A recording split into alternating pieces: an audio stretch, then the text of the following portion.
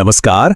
आज हम एक ऐसे आइडिया के सफर पर निकलने वाले हैं जिसने सिर्फ देशों के नक्शे ही नहीं बदले बल्कि हमारी, आपकी, हम सबकी जिंदगी बदल दी है। जी हाँ, ये कहानी है लोकतंत्र की। तो चलिए पता लगाते हैं कि ये विचार शुरू कहां से हुआ और आज दुनिया में कहां खड़ा है। तो देखिए, लोकतंत्र यानी डेमोक्रेसी, ये शब्द खुद ही अपनी कहानी बताता है। ये दो ग्रीक शब्दों से बना है, डेमोस जिसका मतलब है आम लोग और क्रेटोस जिसका मतलब है शासन। तो सीधा सा मतलब हुआ जनता का शासन। एक ऐसा सिस्टम जहां असली ताकत किसी एक राजा या तानाशाह के हाथ में नहीं बल्कि लोगों के हाथ में होती है। लेकिन सोचने वाली बात तो ये है कि आखिर 2500 साल पुराना ये विचार आज भी इतना ताकतवर कैसे है। इसने बड़े बड़े साम्राज्य गिरा दिए, क्रांतियों को जन्म दिया। तो आइए इसकी इस जबरदस्त यात्रा को करीब से समझते हैं। हमारी कहानी की शुरुआत होती है प्राचीन यूनान से। यहीं पर लोकतंत्र की पहली चिंगारी जली थी। उस जमाने के हिसाब से ये एक बहुत ही, कह सकते हैं कि, क्रांतिकारी कदम था। लेकिन ये भी सच है कि ये पहला एक्सपेरिमेंट परफेक्ट नहीं था। इसमें कुछ बड़ी खामियां थीं। जरा कल्पना कीजिए, 5वीं सदी ईसा पूर्व का एथेंस।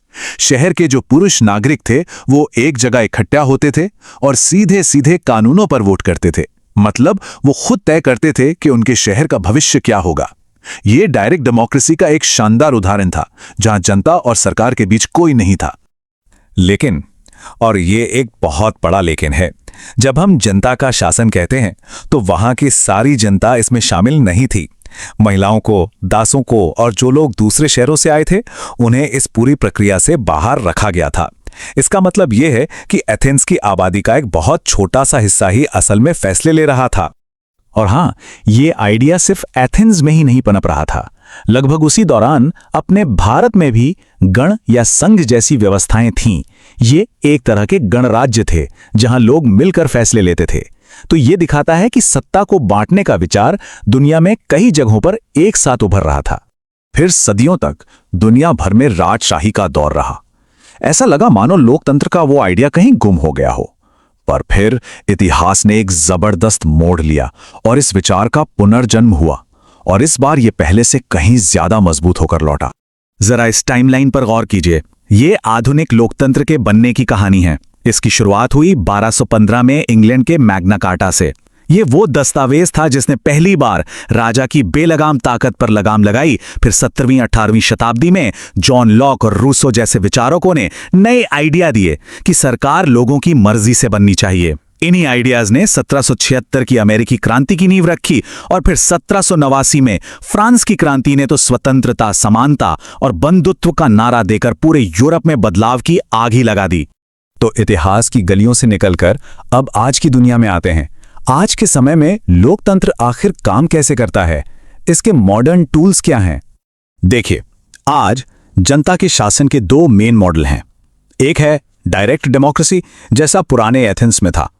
ये छोटे ग्रुप्स के लिए तो ठीक है, लेकिन सोचिए करोड़ों की आबादी वाले देश में ये कैसे काम करेगा।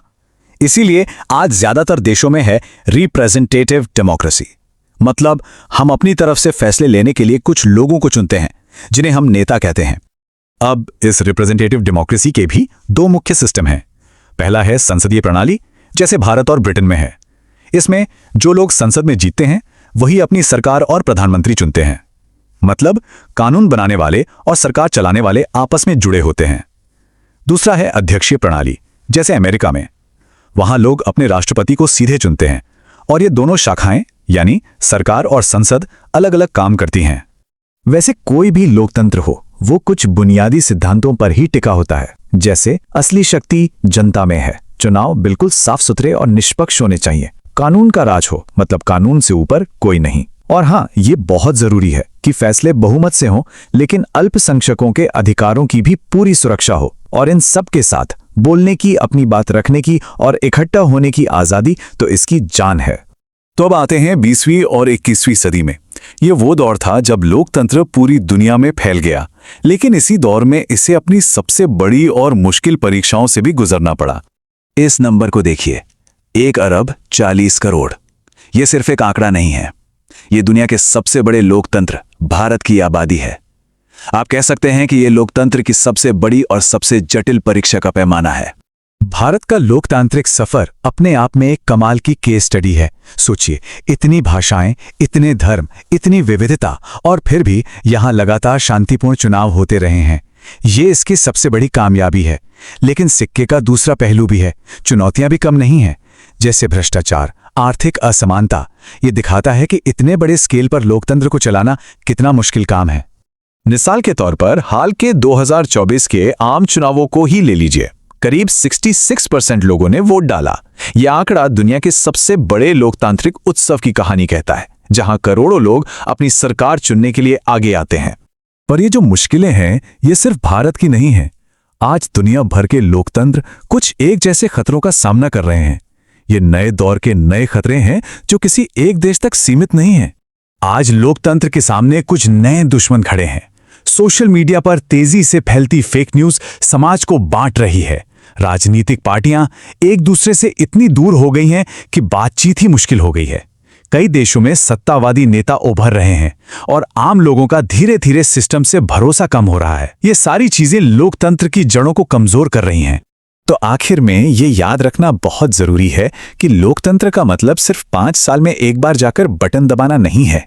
नहीं, ये जीने का एक तरीका है। एक ऐसी सोच जो मानवाधिकारों की इज्जत करती है, जो बातचीत में यकीन रखती है और जो ये पक्का करती है कि बहुमत की जीत में अल्पसंख्यकों की आवाज कहीं दब ना जाए। लोकतंत्र का यह विचार 2500 सालों से जिंदा है। इसने कई बड़े बड़े तूफान झेले हैं और हर बार पहले से ज्यादा मजबूत होकर उभरा है। लेकिन अब सवाल यह है कि आने वाले 100 सालों की चुनौतियों का सामना ये कैसे करेगा? इसे जिंदा रखने के लिए क्या करना होगा? ये एक ऐसा सवाल है जिसका जवाब हम सभी को मिलकर खोजना होगा।